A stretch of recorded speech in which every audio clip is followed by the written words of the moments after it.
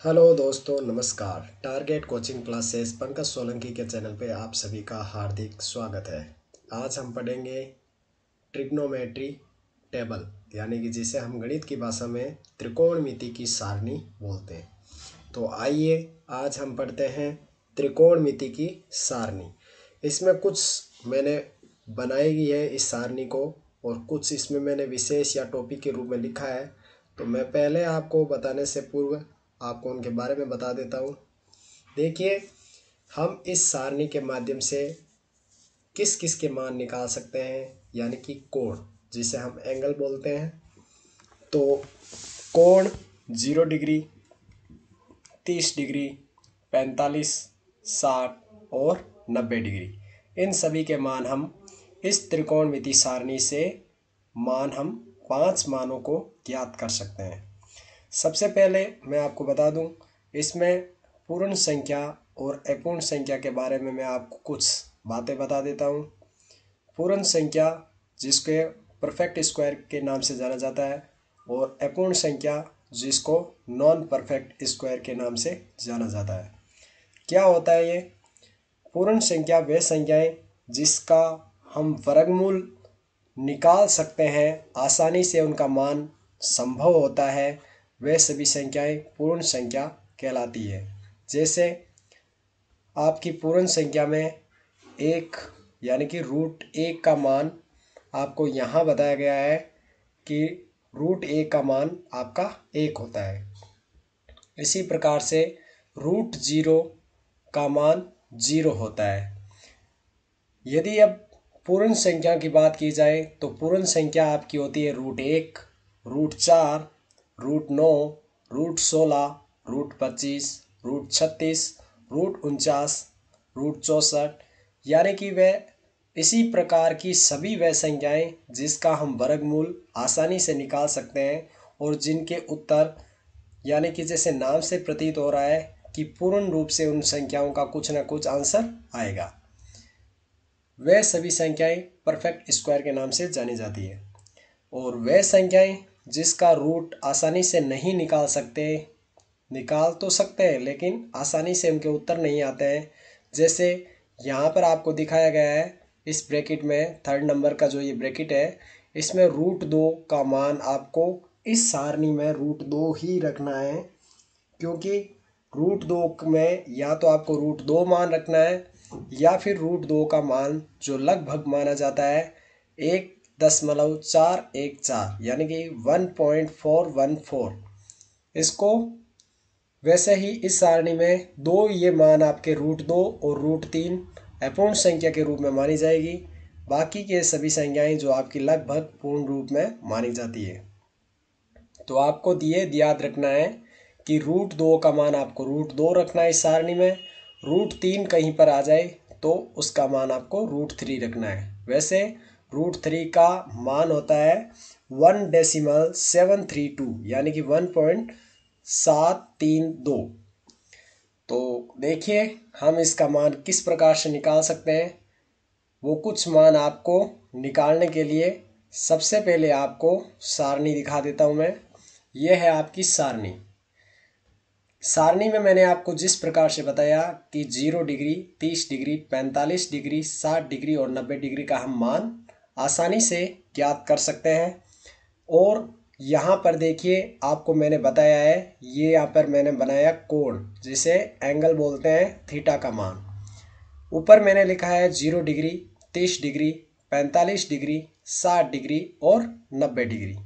तो यहाँ देखिए मैंने सबसे पहले इस जो पंक्ति के अंदर मैंने लिखा है, तो आपको पहली पंक्ति यानी कि 0 डिग्री से शुरू होता है, तो आपको गणित में 0 लिखना है, यानी कि काउंट करना है इसको 0।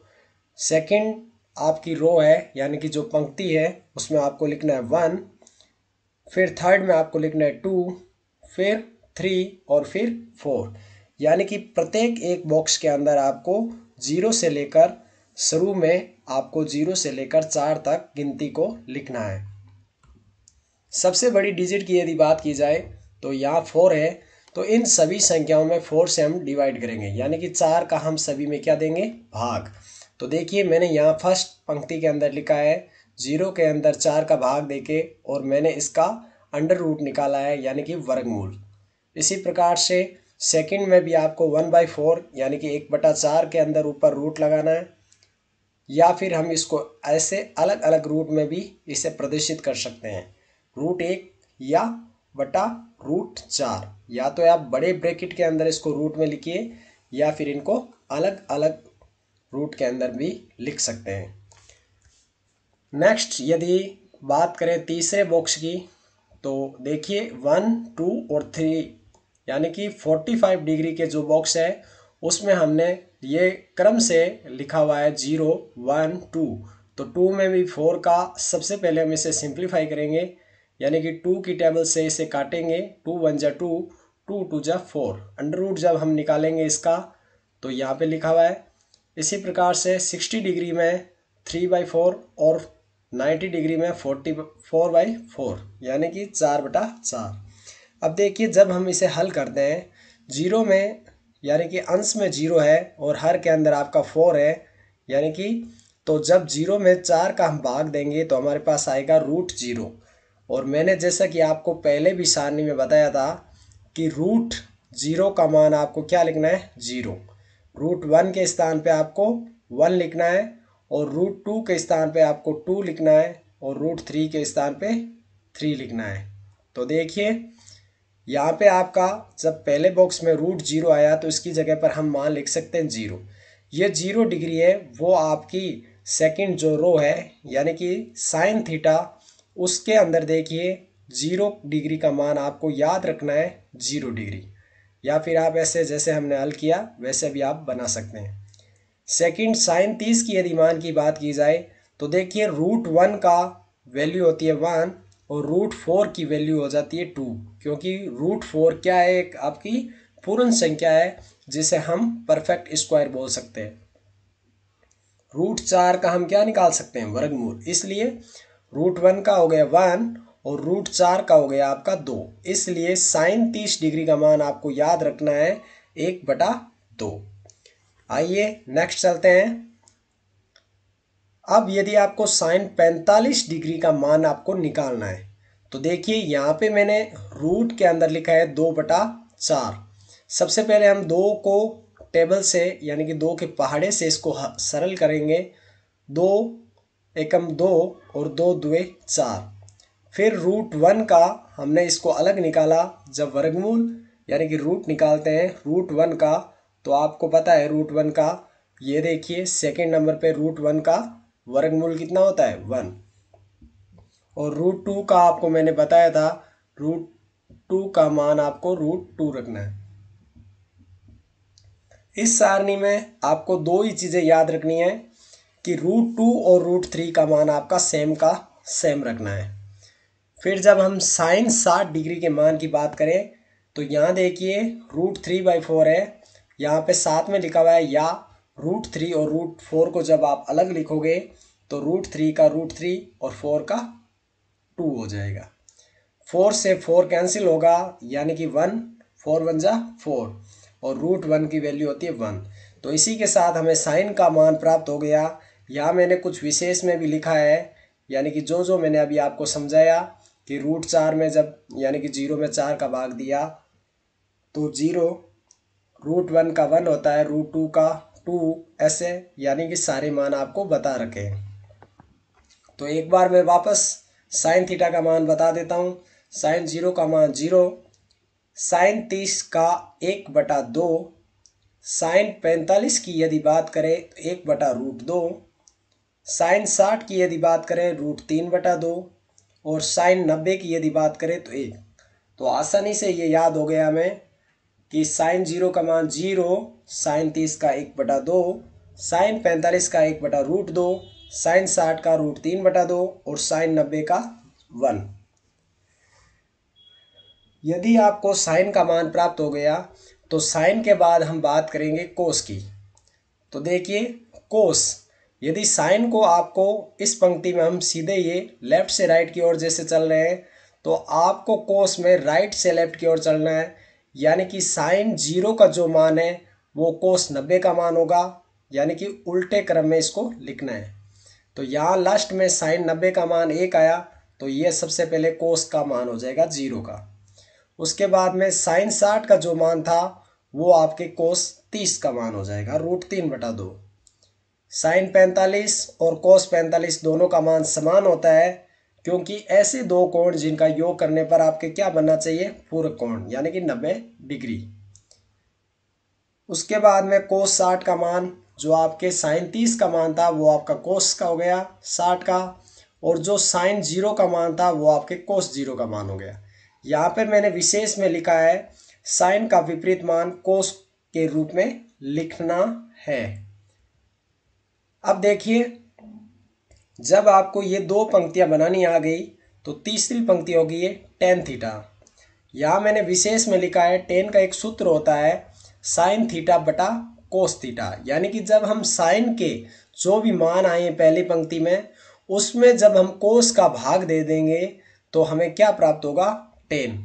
तो देखिए आप इसे हल कर सकते हैं। जब साइन, ये रहा साइन और ये रहा कोस, जब साइन 0 में 1 का हम भाग देंगे तो आपको प्राप्त होगा 0।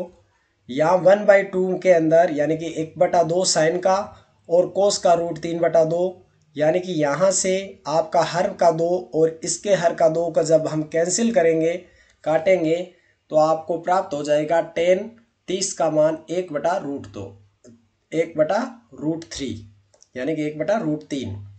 इसी प्रकार से टेन 45 का मान साइन 1/2 रूट वाला और कोस 1/√2 दोनों एक दूसरे से जब कैंसिल होंगे तो इसकी वैल्यू आ जाएगी आपकी 1। यह आपका होता है टेन 45 का मान। इसी प्रकार से टेन आपको 60 की यदि मान की बात की जाए तो आपके साइन में √3/2 जो इसका मान होता है √3/2, इसमें जब 1/2 का भाग देंगे तो 2 से 2 कैंसिल होगा तो आपका इसका मान आ जाएगा √3। और इसी के साथ टेन 90 का मान जब हम 1 के अंदर 0 का डिवाइड करेंगे, यानी कि 1 में जब 0 का भाग देंगे तो इसे हम अपरिभाषित रूप से यानी कि नॉट डिफाइंड, हम इसे परिभाषित नहीं कर सकते, यानी कि इसे यदि कहा जाए तो हम अनंत भी बोल सकते हैं, जिसकी कोई परिकल्पना नहीं कर सके ऐसा। तो यदि आपने ये तीनों आपने अच्छे ढंग से सीख लिया तो तीन इनके होते हैं ठीक रूप से विपरीत। तो यदि आप हमारे चैनल पर नए हैं तो वीडियो को लाइक करें, शेयर करें। तो आइए देखते हैं नेक्स्ट इसका कोट का मान।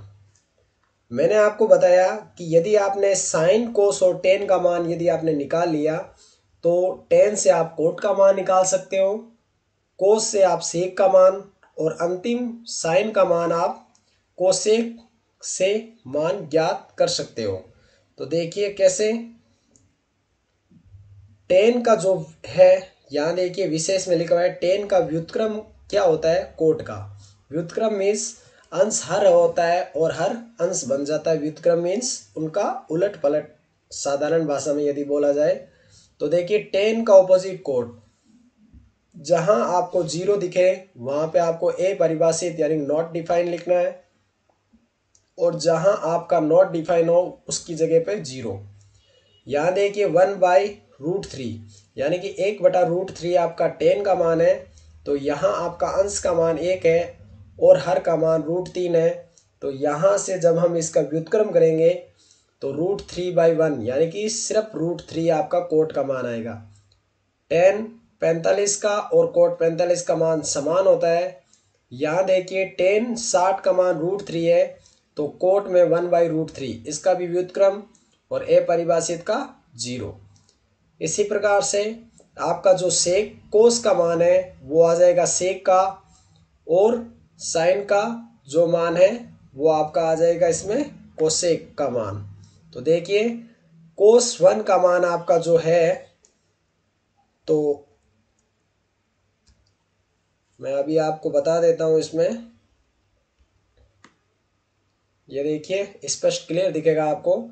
कोस 1 का जो मान है वो सेक का, यहाँ √3/2 है तो इसका व्युत्क्रम जब करेंगे तो यहाँ हर में जो 2 है वो आपके आ जाएगा अंश में, और जो अंश में था √3 वो आपके आ गया हर में।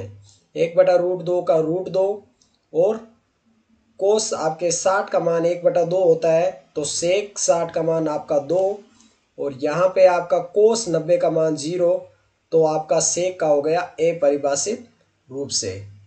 इसी प्रकार से आप जब कोसेक और साइन की परिभाषित करेंगे तो ये देखिए साइन 0 का मान 0 का अपरिभाषित कोसेक में, साइन 30 का मान 1/2, तो यहाँ कोसेक 30 का मान 2 हो गया।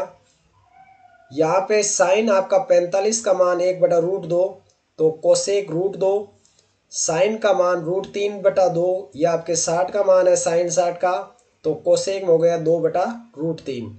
इसी के साथ यदि साइन 90 का मान जब आपको पता है कि 1 होता है तो कोसेक का मान भी आपका 1 होगा 90 का मान। तो इसी के साथ हमने त्रिकोणमिति की सारणी के बारे में अध्ययन किया। यदि वीडियो आपको अच्छा लगा हो तो लाइक कीजिए, शेयर कीजिए, कमेंट करके ज़रूर बताएं कि आपको वीडियो कैसा लगा हो। और यदि आपने हमारे पूर्व के जो वीडियो नहीं देखे हैं तो ज़रूर देखें। और एक बार से फिर आपका धन्यवाद।